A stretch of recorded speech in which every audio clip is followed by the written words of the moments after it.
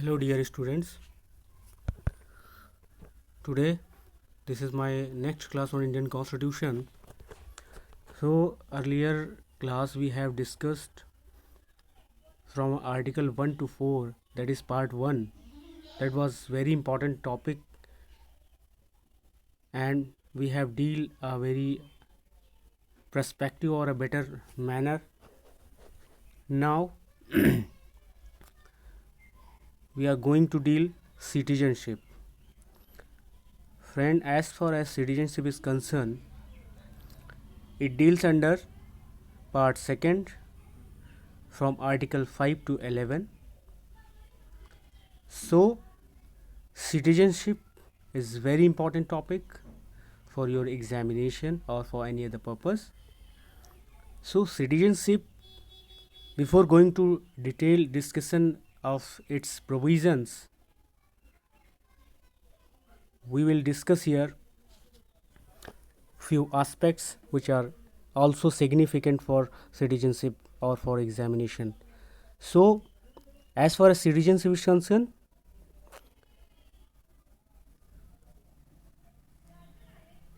Citizenship से पहले कौन कौन से आर्टिकल्स ऐसे हैं जो सिर्फ ओनली फॉर द सिटीजन्स, जैसे हम बात करते हैं हमारे कॉन्स्टिट्यूशन में from article 12 to 35, these are the part 3 that is fundamental rights. But वहाँ पे कुछ आर्टिकल्स जो आपके रिलेटेड हैं सिटीजनशिप से, सिटीजनशिप को प्रोटेक्ट करते हैं, सिटीजनशिप यानी कि सिटीजन्स के लिए ही अवेलेबल हैं, और कुछ आर्टिकल्स जो सिटीजन्स एंड नॉन सिटीजन्स के लिए भी अवेलेबल हैं. बट मैं आपको कुछ स्पेसिफिक आर्टिकल बताता हूँ that's only for the citizens. That article 15, that is discrimination on the basis of caste, color, race. Article 15 is there. Article 16, equality of opportunity in case of employment. Article 19, then freedom. Of course there are 6 freedoms are there. And then Article 29. तो ये articles minority rights के related 29 है, 29 and 30. तो these articles are specifically dealing to the citizens of India. कुछ अब इससे और कुछ जान लेते हैं. यहाँ पे कुछ पोस्ट्स ऐसी हैं, कुछ सर्विसेज ऐसी हैं that is only for the citizens. जैसे कि एग्जांपल्स हम अगर ले लें, ये आप लोग नोट डाउन करिए यहाँ पे. जैसे कि अगर हम पोस्ट लेते हैं, कौन कौन सी वो पोस्ट्स हैं जो सिर्फ प्रेसिडेंट ऑफ जो सिटीजन्स के लिए ही हैं. तो आप बात कर लेते हैं यहाँ पे.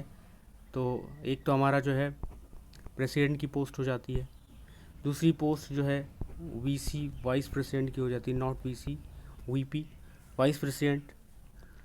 जजेस ऑफ सुप्रीम कोर्ट और हाई कोर्ट, रिमेंबर फ्रेंड, और हाई कोर्ट, ये जजेस की बात कर रहे हैं हम, जजेस ऑफ सुप्रीम कोर्ट और high court. Attorney general, advocate general of state, जो अटर्नी जनरल होता है हमारा एजी जो होता है, और अटर्नी जनरल आपका सुप्रीम कोर्ट होता है, जो फर्स्ट लॉ ऑफिसर इसे कहते हैं. एडवोकेट जनरल एजी जो होता है ये स्टेट का. ये भी पोस्टें जो है सिर्फ और सिर्फ सिटीजन्स के लिए हैं. और एक last point that is governor. Governor की पोस्ट भी जो है सिर्फ और सिर्फ सिटीजन्स के लिए होती है. तो these are the few points which I have mentioned here. These posts only for the citizens, not otherwise. Okay friend, so these are the few important points. Now I am going to repeat the things कि कौन कौन से articles जो हमारे जो सिर्फ और सिर्फ सिटीजन्स के लिए ही अवेलेबल हैं, कौन कौन से आर्टिकल हैं वो. तो वो मैंने आपको बताया यहाँ पे कि कौन कौन से आर्टिकल हैं. तो वो क्या हैं वो आर्टिकल, बात करते हैं हम लोग. ओके, तो क्या है यहाँ पे आर्टिकल.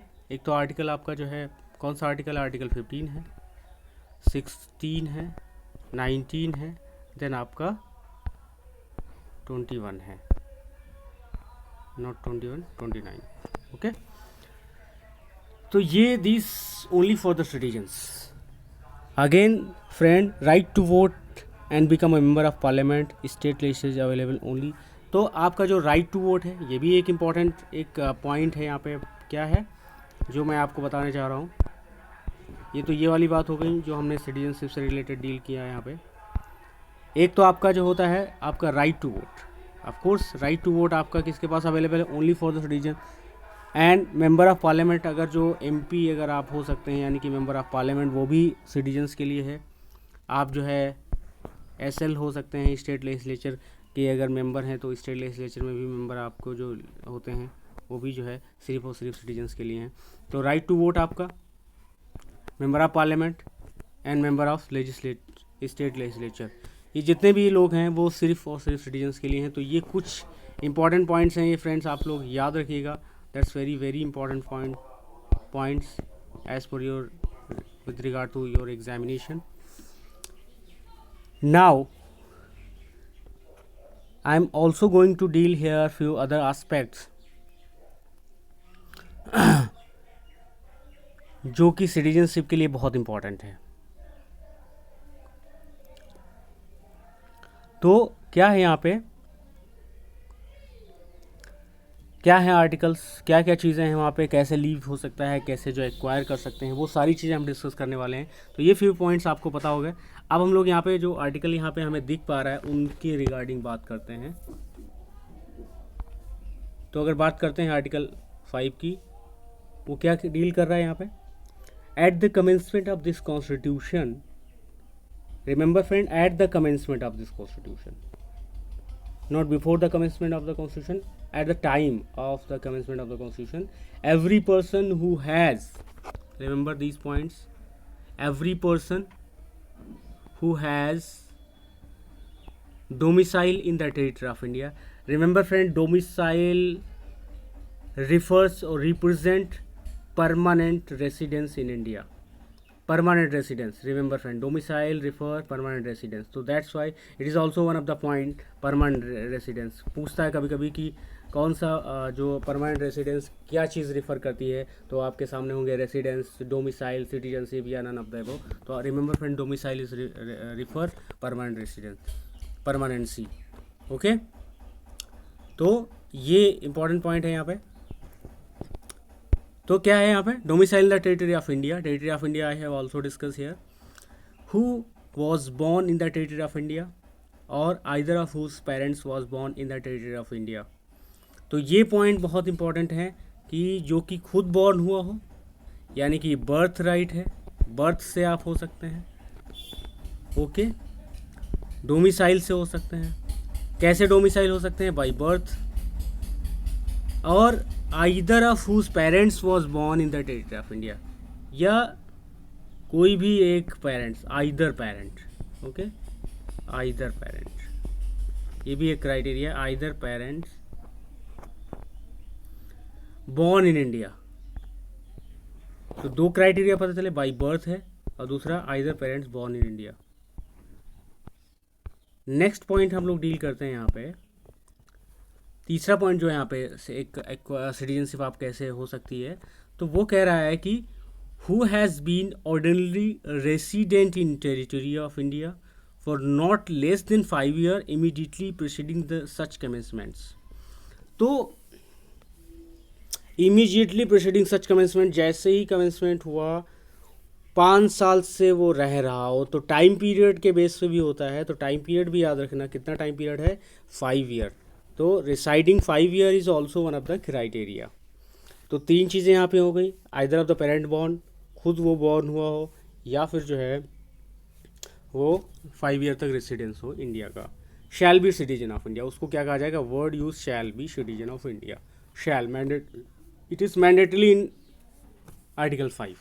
तो आर्टिकल 5 क्या बताता है, आर्टिकल 5 ग्राउंड्स बताता है किसके, सिटीजन्स ऑफ इंडिया के, कि क्या क्या सिटीजनशिप के क्राइटेरिया हैं, कौन कौन से हैं। तो आर्टिकल 5 हमारा कॉन्स्टिट्यूशन ये बात करता है, नथिंग एल्स। इसमें कुछ ज़्यादा डिस्कस करने की ज़रूरत नहीं है। अब आप लोगों को पता चल गया होगा कि क्या कौन कौन से आर्टिकल हैं, कौन कौन किस तरीके से क्या डील कर रहे हैं। तो इसमें बहुत ज़्यादा डिटेल डिस्कशन जाने की ज़रूरत नहीं है फ्रेंड्स। नेक्स्ट आर्टिकल बात करते हैं, notwithstanding anything in article 5। Remember, notwithstanding means this is obstante clause, कि in spite of that in article 5 जो कुछ आर्टिकल 5 में मेंशन है। तो remember friend, notwithstanding means in spite of that which is mentioned in article 5, a person who has migrated to the territory of India, यहाँ से migrate हो गया हो, from the territory now include in the Pakistan. अच्छा, who has migrated to territory of India, India को आया हो कहाँ से, फ्रॉम द टेरिटरी, जो कि टेरिटरी नाउ इंक्लूड जो पाकिस्तान में है, shall be deem to be a citizen of India at the commencement of this constitution, उस कॉन्स्टिट्यूशन के कमेंसमेंट पे वो भी माना जाएगा। लेकिन उसके क्राइटेरिया जो 6 में मेंशन है वो ये हैं कि या फिर वो ही और आइदर ऑफ हिज पेरेंट्स और any of his grand parent, 3 चीज़ें यहाँ पे, ही, पेरेंट्स और ग्रैंड पेरेंट्स भी हो सकता है, ये कोई भी तीनों में से बॉर्न हुआ हो इंडिया में, तो इनकी यह पहली कंडीशन बॉर्न की, as defined in government of India act 1935। तो ये वाला पॉइंट कहाँ से है, ये आपका गवर्नमेंट ऑफ इंडिया एक्ट 1935 से लिया गया है। तो आर्टिकल 6 में ग्राउंड ये हैं कि कोई भी बंदा, कोई भी पर्सन जो कि migrate to India from the territory which is included in the Pakistan at the commencement of the constitution, if he fulfilling the following criteria which is mentioned under article 6, he will also be a citizen of India। तो simple word में इसने कहा, clause first में हमने mention कर दिया कि क्या चीज़ें वहाँ पे मेंशन है, 3 लोग हैं, या फिर वो, पेरेंट्स और ग्रैंड पेरेंट्स, अगर बॉर्न होते हैं इंडिया में as per the provisions of government of India act 1935, तो वो यहाँ पे होगा। Okay, now what is there, so next point कर लेते हैं। जो क्लॉज यानी कि बी जो पॉइंट है उसमें 2 पॉइंट हैं, सब क्लॉज 1, सब क्लॉज 2। क्या कहते हैं, तो इनको सब क्लॉजेस कहते हैं, ये क्लॉज है, ये सब क्लॉज है। ओके, और अगर ये सेक्शन में यही हो तो ये जो मेन सेक्शन होगा, सेक्शन के नीचे सब सेक्शन, उसके नीचे क्लॉजेस।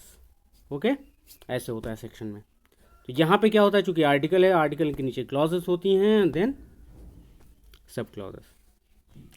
तो सब क्लॉज कहती है, क्लॉज बी की सब क्लॉज 1 कहती है, क्या कहती है सब क्लॉज 1, वो ये कहती है कि in case where such person has so migrated before the 19th day of July 1948, 19 यानी कि 19 जुलाई 1948, he has been orderly resident in the territory of India since the date of his migration. तो चूंकि 1947 से बाद की बात है, बट बिफोर 1948, यहाँ पे रिमेंबर 1947 में हमारा जो है इंडिया इंडिपेंडेंट हुआ था, तो वो कह रहा है कि अगर कोई भी पर्सन है सो माइग्रेटेड बिफोर द 19 जुलाई 1948, यानी कि after the 1947 but before 1948, he has been, उसको ऑर्डिनरी रेसिडेंट माना जाएगा और in the territory of India में उसको माना जाएगा, तो since date of his migration. Okay, ये वाली बात है। अब सेकेंड पॉइंट में क्या है, तो ये डेट इंपॉर्टेंट है यहाँ पे, इससे पहले अगर कोई रेसिडेंट हो गया हो इंडिया का तो वो माना जाएगा। सेकेंड पॉइंट क्या कहता है, यानी कि सब क्लॉज 2 क्या कहती है, क्लॉज बी की, in case where such person has so migrated, कह रहा है in case where such person has so migrated on और आफ्टर द 19 डे ऑफ 1948। अभी तो बिफोर की बात हो रही थी, आप कह रहा है कि 19 जुलाई 1948 के बाद अगर कोई माइग्रेट हो गया है, he has been registered as a citizen of India by an officer appointed in that behalf by the government of Dominion of India on an application made by him therefore to such officer before the commencement of this constitution in the form and the manner prescribed by that government। तो by registration के through हो जाएगा। अगर कोई 1948 के बाद आया है तो फिर वो जो है रजिस्टर्ड कराया एज सिटीजन ऑफ इंडिया, अगर उसने करा लिया है तो वो भी जो है किस में आएगा, सिटीजन ऑफ इंडिया में आएगा। तो ये वाली बात एक भी आ गई यहाँ पे। Okay, now provided that no person shall be so registered unless he has been resident in the territory of India for at least 6 months immediately preceding the date of his application।